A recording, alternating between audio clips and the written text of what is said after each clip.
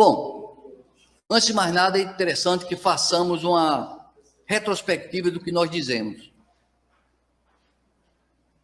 Todos nós temos um anjo da guarda. Ótimo. O anjo da guarda não pode falar abertamente conosco para não tirar o nosso mérito. Porque se ele ficar falando alto ao nosso ouvido, faça isso ou faça aquilo, o mérito é dele. Então, nós não temos o contato com ele dessa forma. O nosso contato com o anjo da guarda será sempre através do pensamento. E sendo através do pensamento, por essa razão, não devemos nos preocupar com nomes. Eu não falo com o meu anjo da guarda porque eu não sei o nome dele. Não tem sentido, porque se eu der o nome, essa pessoa vem, quantos José não tem, quantas Maria não tem, quantos Joaquim não tem.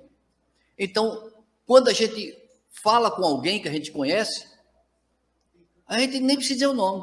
Oi, tudo bem, um abraço, não sei o quê, porque a vibração da pessoa. Então, nós vamos aprender, vamos exercitar, primeiro, a meditação.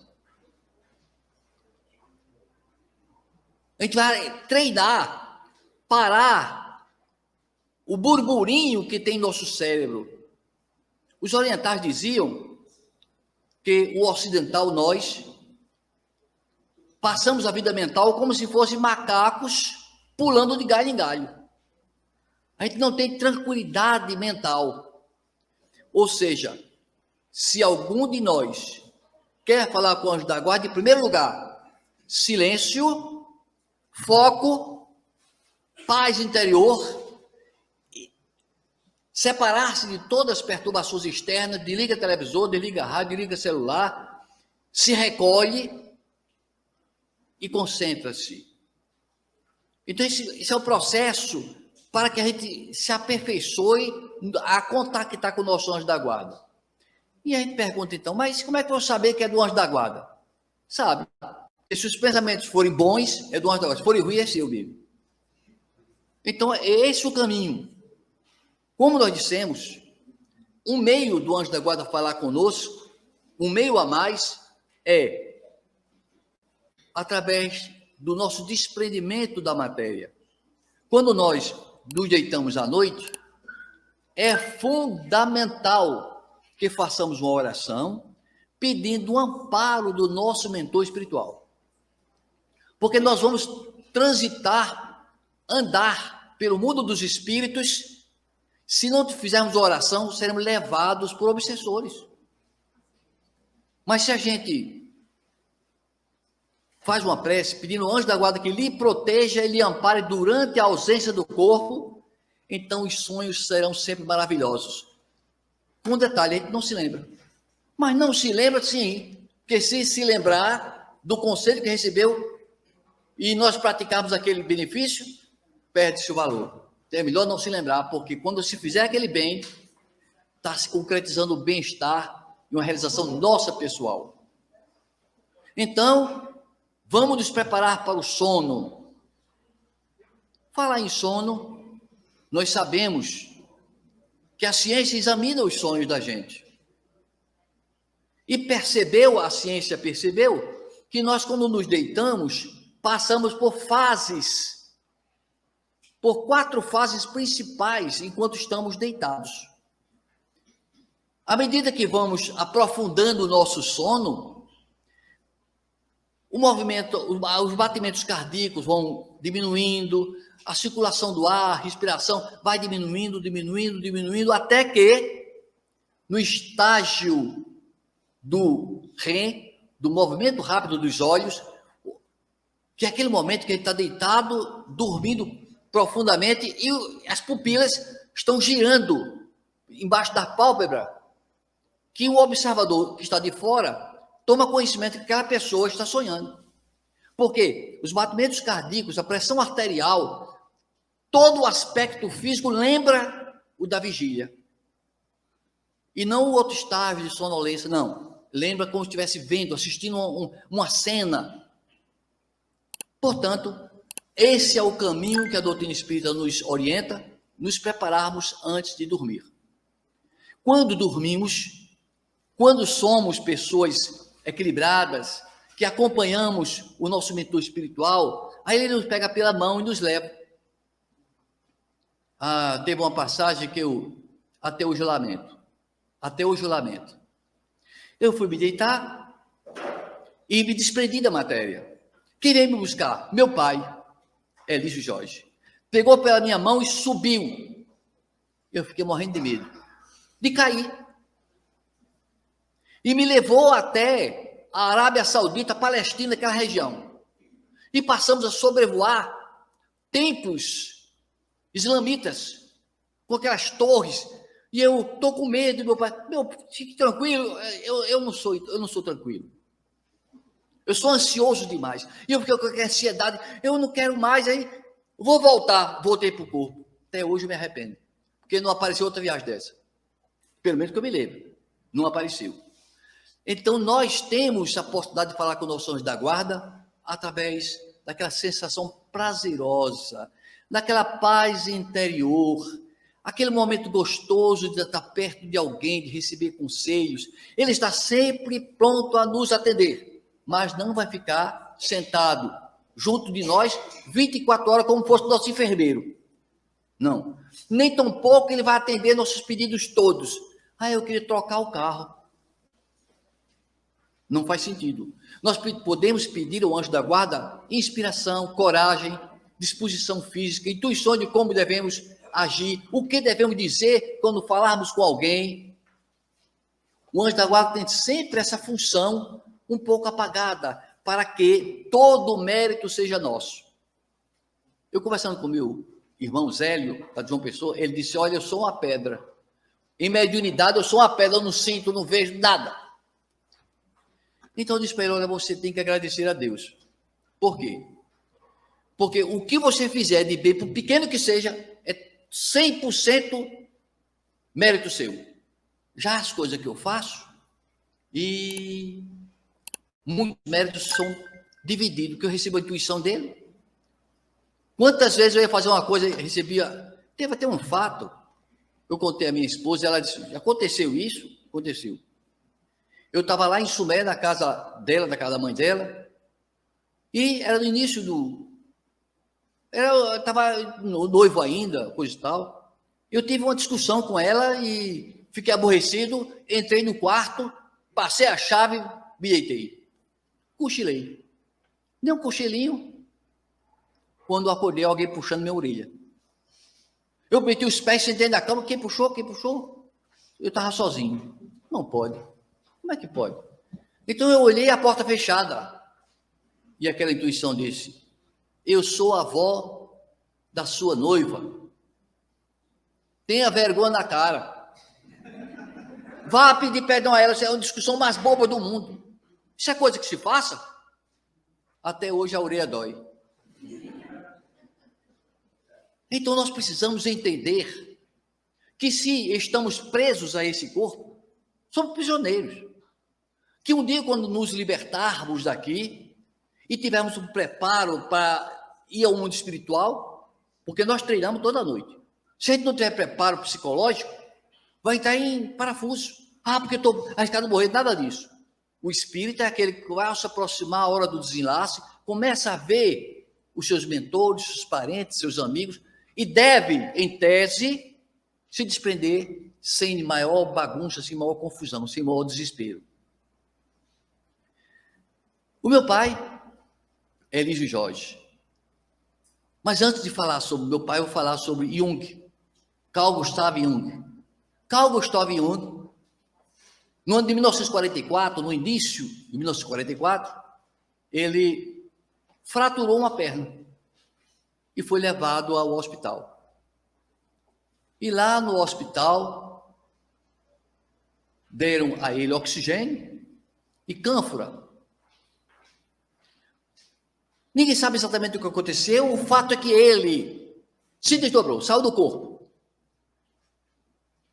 E ele então declarou que foi o fenômeno mais belo de toda a sua vida. Ou seja, ele se viu saindo do corpo, e subindo a uma vertiginosa velocidade até alcançar uma altitude de aproximadamente 1.500 quilômetros. 1.500 quilômetros.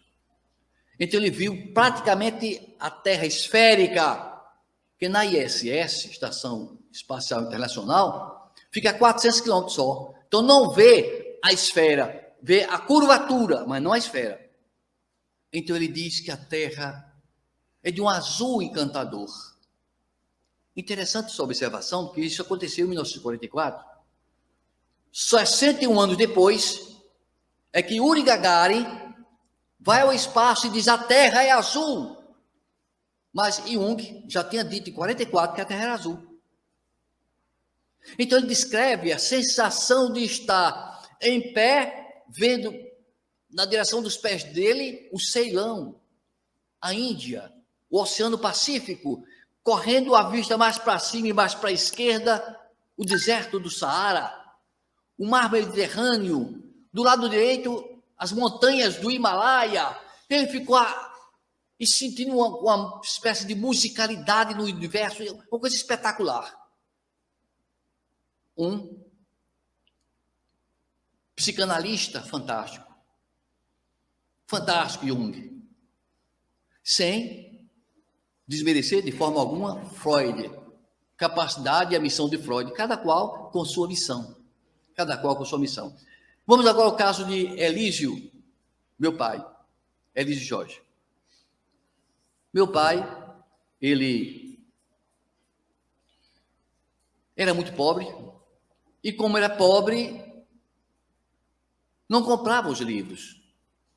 Ele tinha livros emprestados, ele fazia palestra, ele era palestrante espírita, mas ele pegava livro emprestado, lia, adotava alguma coisa, mas ele tinha uma memória fotográfica. Ele conseguia, depois que devolvia o livro, se lembrar de páginas inteiras. O conteúdo do livro ficava no cérebro dele. E era uma época que estava muito em moda os livros mediúnicos de Conde Rochester. Olha, os livros de Conde Rochester eram espetaculares, são espetaculares, de Conde Rochester. E ele leu vários. A Vingança do Judeu. E ele pegou nas mãos dele o livro Abadia dos Beneditinos. Meu pai tinha um costume seguinte: pegava uma cadeira, botava na calçada. Naquele tempo não tinha trânsito de carro, não tinha nada, era um silêncio. Botava na calçada e ia ler. E ele foi com o livro Abadia dos Beneditinos e começou a ler o livro. Em dado momento, ele sentiu um torpor, um peso. O livro começou a pesar. Passou a pesar 3 quilos, 4 quilos, 5 quilos. Ele arriou o peso do livro no colo, sentado na cadeira, estava pesado o livro. Mas deixa que ele estava tomado por um sono, um torpor físico. As pálpebras começaram a pesar. Ele não conseguia ficar com os olhos abertos e nisso veio aquele sono gostoso. Ele se entregou àquele sono gostoso. Nisso, saiu do corpo, foi arrebatado. Subiu, subiu, subiu e subiu. Chegou a uma altitude, acredito que semelhante à de Jung. Ele viu o globo, a esfera. Belíssimo o nosso globo terrestre. A nossa casa que nós não sabemos amar e cuidar dela. Nós jogamos muito lixo, nós matamos muitas plantas, nós não cuidamos dos animais selvagens, nós não temos o respeito que os indígenas têm com as árvores, que pedem permissão às árvores para cortar uma ou outra, para fazer uma canoa.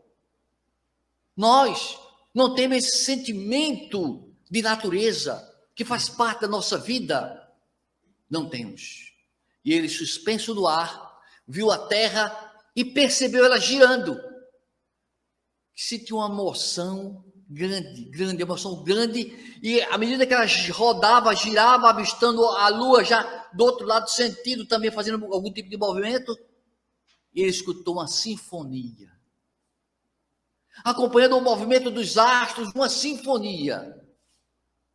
Então ele não suportou e caiu em pranto convulsivo, chorava embriagado com tanta beleza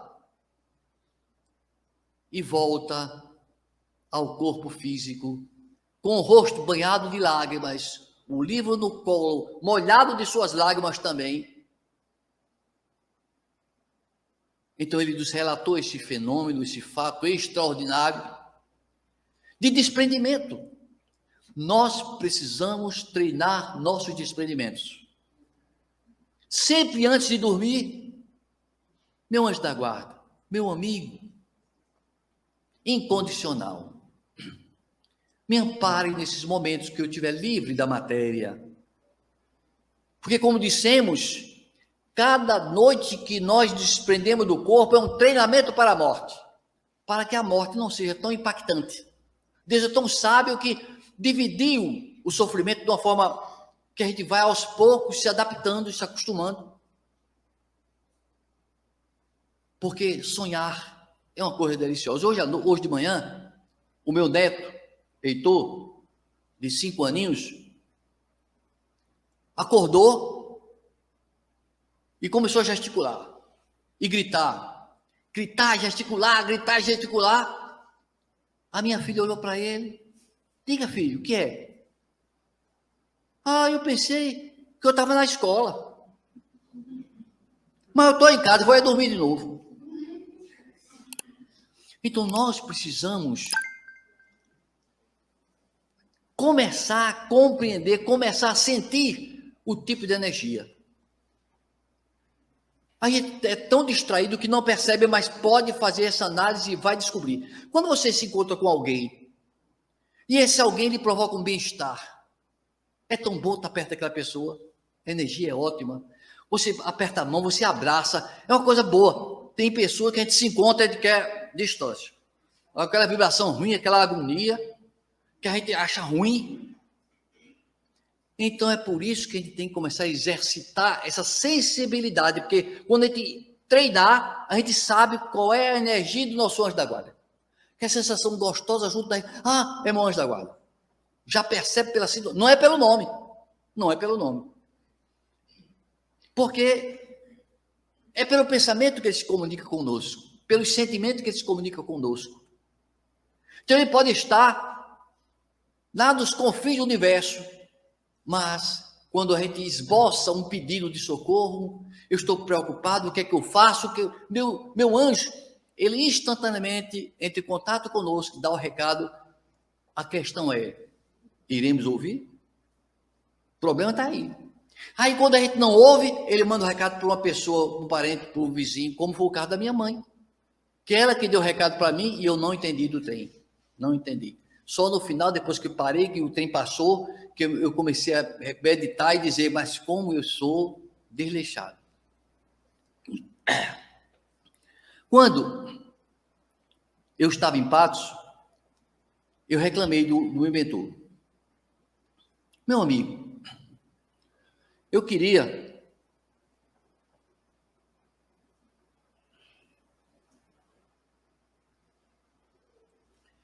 para eu ter mais certeza do conteúdo da mensagem, eu queria ver os espíritos.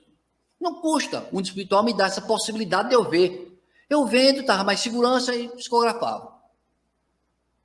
Sabe o que ele disse? Porque é uma coisa interessante. Anjo da guarda, que é anjo da guarda, não elogia a pessoa. Não elogia. Ele não dá motivo de ter vaidade, de orgulho, de nada. Agora, se disser que ele reclama e puxa a orelha, ele puxa. E reclama. Aí eu disse para ele, ele não é um jeitinho não de... Ele só olha o seguinte, a sua mediunidade é tão pouquinha que se eu tirar para a visão, acaba a psicografia. Você fica vendo tudo, mas depois o tempo passa, no dia seguinte ninguém nem comenta. E a psicografia é bom, porque você guarda no papel e fica para sempre. Então a gente tem que entender que nós temos aquilo que merecemos. Ele sabe que Zanelli, se tivesse mediunidade, digamos assim, inconsciente, Talvez fosse cheio de vaidade, então eu não tenho estrutura. Então ele só dá a intuitiva. Você tem a noção da ideia. Kardec diz, no Livro dos Médiuns, que a mediunidade intuitiva é aquela mediunidade que significa, em síntese, interpretação. O médium intuitivo é aquele que interpreta o pensamento do espírito. Não traduz textualmente o que ele diz. Não diz ipsiliteris. Ele apenas diz o sentido geral. O médium intuitivo é intérprete da mensagem, intérprete. Mesmo eu sendo médium intuitivo, intérprete, quando eles querem, eles fazem qualquer tipo de mediunidade surgir na gente, qualquer tipo. Veja o que aconteceu comigo. Eu era jovem, estudava no Lins de Vasconcelos, em João Pessoa, e morava na Torre. E no Lins de Vasconcelos, o diretor do colégio Lins de Vasconcelos, ele era espírita. E ele ministrava ao colégio, nós naquele tempo estudávamos inglês, francês, espanhol, latim e outras coisas mais. O que acontece? Aproximou-se a prova de latim. E eu então pensei com meus botões. Eu não tenho memória para estudar todo o conteúdo da prova. Não tenho. O professor disse, vocês vão estudar as 5 declinações do latim, 5 declinações, cada declinação com 6, acho que cada declinação com 12 terminações. Bom, aí eu fui para a prova, aliás, eu estudei muito. Naquele tempo eu era uma fortaleza, bem mais magrinho, vez por outra desmaiando, é uma beleza. Muitas vezes à noite passava acordado, respirando uma fumaça de um pó indiano que era para asma. Eu tinha asma. Eu sobrevivi, sabe Deus. Sabe Deus. Então eu ia estudar com dificuldade, aquele problema. Eu estudava. Quando chegava na hora da prova, dava um branco. Era horrível, era uma emoção. Eu chegava chorando. Aí eu disse para mim mesmo, eu vou fazer o seguinte, tem 5 declinações. A terceira é a mais difícil, é complicada, porque ela foge das regras. Eu vou estudar a primeira, a segunda, a quarta e a quinta. Pronto, estudei. Quando chegou o dia da prova, o professor disse, bem, eu quero testar se vocês estudaram mesmo. Hoje, a prova vai ser uma redação, valendo 4 pontos, e vocês declinarem a terceira declinação, valendo 6 pontos. Eu estou morto. Não peguei na terceira declinação. O meu cérebro não comportava. Não comportava. Estava completamente cheio. Aí, quando eu recebi a prova assim, eu orei, fechei os olhos e disse, meu irmão, você sabe que eu estudei, mas você sabe que eu não tinha condição de estudar a terceira declinação, não tinha. Eu me afiei na primeira, na segunda, na quarta e na quinta, nota 10. Foi o que eu pude. Caiu a terceira. O que faço? Me ajuda, por favor. Eu recebi a prova, aquele diz assim, bota a terminação aí, avulsa, porque a terminação de latim parece conjugação de verbo. Eu sou, tu és, ele é, nós somos, vocês, eles são, digamos. Lá no latim, o verbo ser, sum est, sumus est sunt. Latim, primeira declinação. Então, cada um tinha terminação diferente. Aqui ele disse, escreva à vontade a terminação. Eu botei.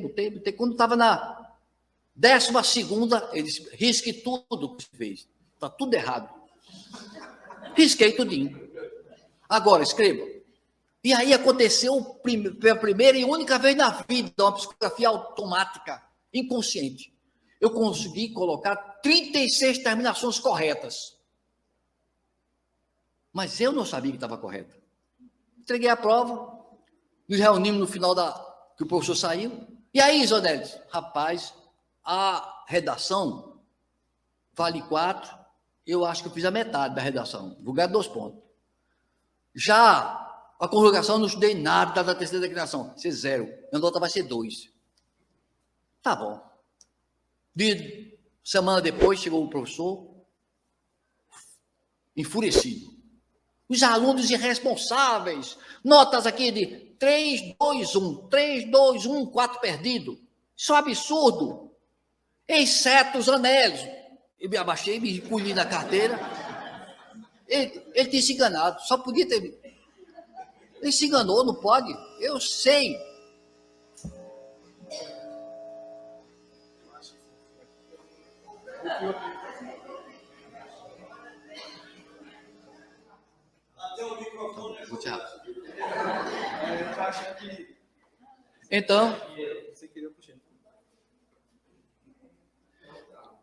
Então, professor, venha aqui receber a prova, Jonelis. Você é um exemplo. E eu morro de vergonha. Esse professor errou, tá doido. Não tem sentido. Eu recebi a prova, cheguei na carteira, botei a prova no colo, olhei para debaixo da gaveta, tirei o livro e fui conferir. Tudo certo. Como é que pode? Como é que pode? Foi o mentor espiritual que teve compaixão de mim. Queridos amigos, Deus é tão maravilhoso que deu a cada um de nós uma alma gêmea, que é um caminho para aprendermos a amar de verdade. Deu a cada um de nós um anjo da guarda, que nos ampara e nos protege, que são amigos do pretérito, mas não são espíritos sacrossantos, mas são espíritos mais evoluídos do que nós, porque para nos ajudar tem que ser melhor. Então Deus facultou a todos nós uma vida do corpo, porque somente no corpo a gente pode sentir as dores, as provações, a pobreza e a enfermidade, porque a gente evolui dessa forma. Vamos então respeitar o estômago das pessoas e pedir a Deus que nos abençoe, que nos ampare, que nos ilumine, que nos entusiasme no sentido de aprendermos, através do exercício da paciência e da oração, a conversar com o anjo da guarda para ter uma vida mais feliz. Que Deus nos abençoe. Algumas perguntas que vocês a gente vai brevemente descobrir sobre elas. Você consegue entender? Dá para entender, acho que dá. Eu selecionei 4 para vocês conseguirem. Tem algumas perguntas aqui, você quer falar? Não? Eu tirei 3 para me mencionar aqui. Tem 3 que me mencionaram. Ah, você responde. Quer responder ela logo? Quer? Posso descansar um pouco? Vou descansar as guerras. Muito bem. Que manhã linda, né? Graças a Deus. Estou muito feliz com esse dia de hoje. Muito marcante. Bom, são 3 perguntas. Como mencionaram meu nome, eu vou respondê-las. E elas estão... 2 delas estão intercruzadas aqui. Né? O anjo da guarda prossegue nos ajudando após o desencarne. Foi o meu anjo da guarda quem escolheu ser meu anjo da guarda. Ao subir aqui, para me certificar que alguém ainda não sabia que tinha reiniciado o seminário, acabei dialogando com uma pessoa que está aqui entre nós. E ela fez uma narrativa breve da relação que ela tem com o mentor espiritual dela, de vidas passadas. Né? Então, essa relação de mentoria, né, esse coaching espiritual, ele não é fortuito. Ah, eu gostei de Zanelis, que ele é baixinho, né? Uma voz ímpita. Não, existe uma relação de ser de vidas passadas. Né? Pode ser um enter querido que está numa condição moral, isso é fundamental, numa condição moral de realizar essa atividade espiritual em nome do Cristo, né, de ser um anjo da guarda. Pode ser alguém de um outro modelo de relação. Vou dar um exemplo breve. Nós sabemos que muitos de nós que estamos reencarnados no Brasil já tivemos vidas pretéritas na Europa, em outros países da América Latina. Né? E eu conheço um caso, por exemplo, de um jovem que o mentor espiritual dele, a relação espiritual entre eles ficou marcada pelo seguinte momento. Ele era filho de um grande senhor de engenho, um senhor de engenho muito cruel, e ele, na condição de filho mais velho, desfazia os mandos cruéis do pai. Então, enquanto o pai, por exemplo, destinava uma senzala específica para aqueles escravos no dia seguinte fossem castigados, de madrugada ele ia lá, abria a senzala e mandava-os ir embora. O mentor espiritual desse jovem tem uma relação ainda mais forte, porque o mentor dele, juntamente com a esposa, na época, um casal de escravos, foram acusados de um crime, mas ele sabia que era inocente. O pai dele, o senhor de engenho cruel, determinou que eles fossem castigados até a morte. Ele tomou conhecimento, tentou conversar com o pai foi irremediável, não voltou atrás. De madrugada, ele foi lá na senzala, abriu as portas, deu dinheiro, cavalo e mandou que eles fossem para o mais longe possível. Só que o seu pai, o senhor, já estava desconfiado que tinha alguém sabotando a autoridade dele. E nesse contexto ele determinou que o seu melhor capataz, o mais sarcástico, investigasse quem iria soltar aquele casal. Eis que o capataz fica surpreso de ver que era o seu senhorzinho. No dia seguinte, pela manhã, no café da manhã, o dono do engenho chama o seu capataz e pergunta-lhe: quem soltou os meus escravos? Ele não quis dizer, diga. Ele falou, foi o senhorzinho tal. Mas não será possível que o meu próprio filho é quem está lidando com esses desmandos. E ele comprovou. Resultado, o filho é quem foi para o Pelourinho. Então, o filho do senhor de engenho morreu no lugar do escravo. Aí a gente pode pensar que tudo terminou aí, né? Pois esse casal de escravos vem acompanhando em encarnações posteriores esse jovem. Então, não tem como a gente dizer taxativamente que é somente um enter querido. As relações que estão na cortina das vidas passadas são enriquecedoras, mas a gente tem que se ater àquilo que Zé Neves colocou na fala dele. A energia, né? A energia. Porque pode, a mediunidade de visão, ela é muito enganosa. Né? Pode um ser aparecer belíssimo, uma túnica branca, mas não ser um espírito puro. Enquanto que um aparecer com as vestes pretas e ser confundido com o rei mago, mas do contrário, ser um espírito evoluído. Então, a espiritualidade também requer de nós essa maturidade espiritual, que nós adentremos na essência das coisas. Né? Aí uma outra pergunta para concluir aqui. Alenilson, após você ter se encontrado no espiritismo, como chegou à psicologia? A minha relação com a doutrina espírita e com a psicologia, elas caminham juntas. Né? Vou explicar por quê. Quando eu era adolescente, morava no Brejo Paraibano, minha mãe já tinha contraído um novo relacionamento, e eu era o filho mais velho, mas já tinha nascido um irmãozinho dessa relação, que inclusive estava aqui ontem, criança que é um rapaz, 25 anos, mas é especial. E teve um dado momento que o casamento da minha mãe estava horrível, né? Horrível. E nós, enquanto filhos, sofríamos muito. Eu, o mais velho, principalmente. Além de já estar com uma questão de uma mediunidade muito aflorada e sem entender, porque eu não tinha uma formação religiosa, espiritual que pudesse me proporcionar entender o que se passava comigo, as relações em casa eram horríveis. E muita privação material, muita dificuldade. Né? Não vou nem aqui entrar em detalhes. Teve um certo dia que era muito fria, eu com uma camisa simples, não tinha nenhum casaco para vestir, eu disse, eu vou sair de casa. E fui andar ao centro da cidade. Fui tomado por uma angústia tão forte, uma vontade tão grande de morrer, que eu vi um carro passando em alta velocidade. Por um momento eu pensei, eu vou me atirar na frente desse carro. Foi quando eu escutei uma voz. Não, filho. Tudo vai passar. Eu ainda quis insistir em dar um passo. Eu senti uma energia me puxando. Então existia uma tristeza de um ser que estava dentro de um contexto familiar e uma energia que não me permitiu sucumbir naquele momento. Então a minha relação com a doutrina espírita, com a psicologia, sempre caminharam juntas, né? E eu agradeço muito a doutrina porque é graças a elas que eu estou de pé. Não a psicologia. Sou muito real nisso. Então, a vida da gente é assim, né? Graças a Deus que a gente pode estar aqui hoje contando as nossas, como diz o Matuto, as nossas vantagens, mas graças ao nosso anjo da guarda, que é quem nos ampara e nos protege, em todos os momentos, né? No curso de psicologia eu sofri muito preconceito, muito.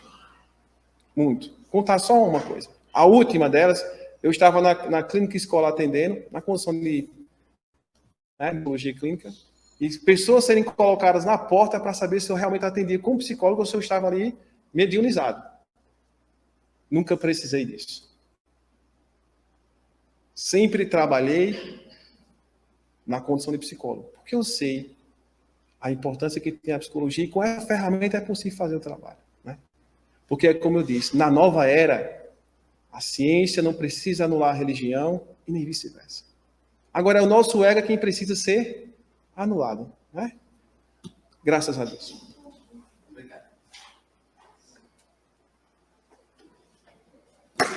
Eu tentarei ser breve nessa resposta por causa do horário que está fustigando o estômago nosso.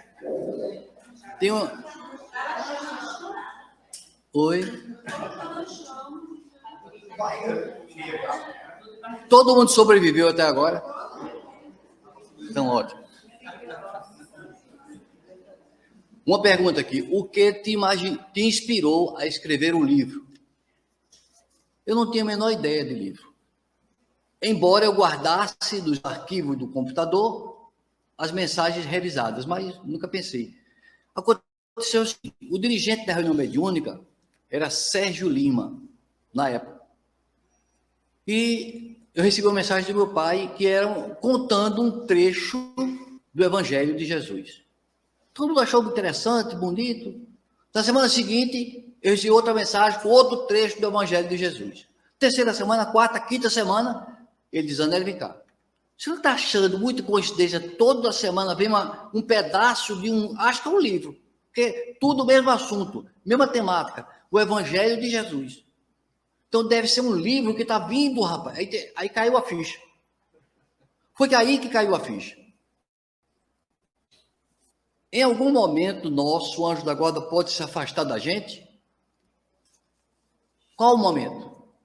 Ele se afasta da gente, porque ele quando está junto a nós, ele não nos toca, não se materializa, para não tirar nossos méritos.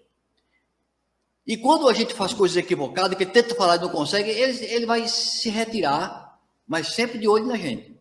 Se afasta, aguardando que a gente se arrependa, que a gente solicite a vinda dele. E é esses casos que, então, a pessoa, para reaceitá-lo, é à noite, quando desdobrar, que ele dá as explicações, a pessoa retorna com aquela vontade de falar com o anjo da guarda. Então, pode sim o anjo da guarda se afastar. Mas não é ele que se afasta da gente. Não é ele. É nós que nos afastamos dele, em síntese.